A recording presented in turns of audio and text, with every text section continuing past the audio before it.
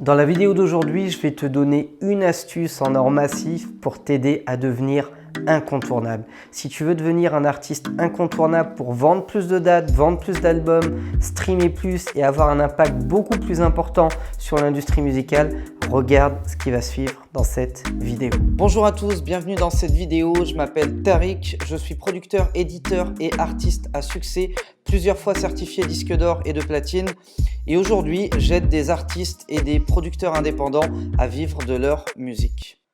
Alors avant de te dévoiler un secret qui vraiment vaut son pesant d'or, je vais t'inviter à t'abonner à la chaîne YouTube Producteur à succès en rejoignant plusieurs milliers d'artistes et de producteurs indépendants qui mènent le même combat que toi. Clique sur le bouton s'abonner, ça prend 2 petites secondes, ça récompense mon travail. Je rappelle que tout le contenu de qualité que je partage sur cette chaîne YouTube est totalement gratuit. Donc vraiment, c'est le minimum que j'en demande. Abonne-toi, ça va me motiver à continuer à balancer encore plus de contenu sur cette chaîne YouTube et pourquoi pas à t'apporter de la motivation, des réponses ou tout simplement à t'ouvrir les yeux sur un champ des possibles que tu ne voyais pas encore à ce jour. Donc pour répondre à cette question, comment devenir un artiste incontournable, je vais vous raconter une histoire. Une histoire vraie, évidemment, une histoire vécue. La première fois que j'ai été en Jamaïque, j'ai échangé avec énormément de monde. J'ai rencontré beaucoup d'artistes, beaucoup de producteurs, des danseurs également, plusieurs athlètes dans plusieurs corps de sports différents. Et un jour, j'ai fini dans un studio. C'était pas du tout prévu. J'avais pas prévu de faire une session studio ce jour-là, mais bon, je finis en studio.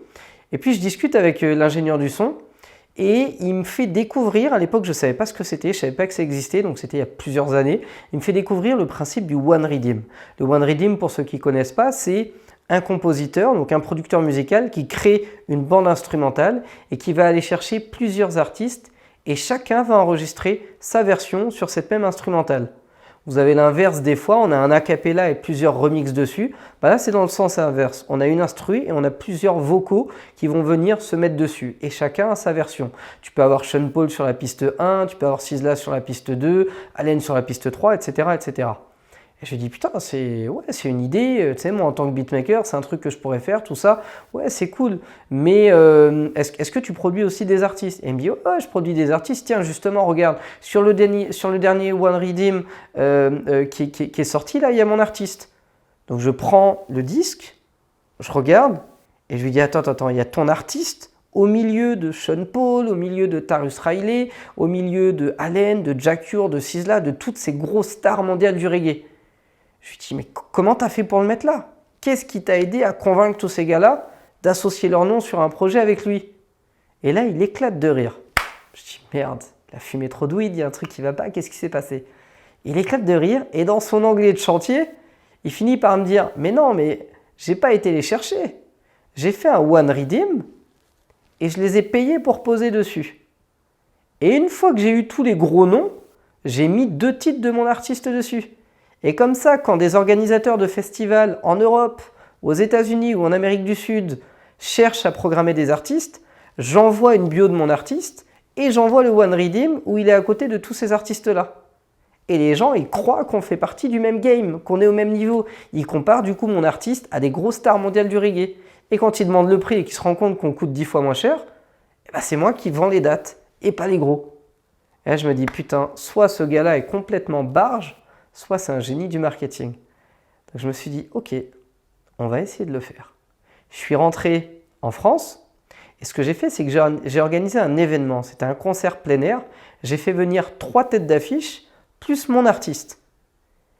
On a fait le show. J'ai perdu un petit peu d'argent, c'est vrai, mais bon, je ne suis pas un grand professionnel de l'événementiel. Mais ce qui s'est passé après et ce qui est le plus important, c'est que juste après la date, j'ai plusieurs organisateurs d'événements qui m'ont appelé en me disant « Oui, c'est toi qui gères tel artiste, écoute, ça nous intéresse, combien tu prends pour le booker ?» Et là, dans ma tête, je me dis « Mais attends, mais on n'a jamais vendu une seule date de notre vie. On ne sait même pas combien ça se vend. » Je ne sais pas, donc je leur dis « Écoute, là, pour l'instant, je suis en voiture. Bon, voilà, j'ai pas l'agenda sous les yeux. Laisse-moi un petit texto, je te rappelle. » Je raccroche, machin. J'en ai eu 3-4 vraiment de rang, là, comme ça. Et là, je me dis « Mais merde, putain, qu'est-ce que je peux faire Ok. » Donc, je me suis dit « Les 3 têtes d'affiche, je les avais payées à l'époque, c'était l'équivalent de 3 000 € pour chacun. Je me suis dit, bon, on ne les vaut pas, je vais peut-être demander 1 500 € juste pour voir.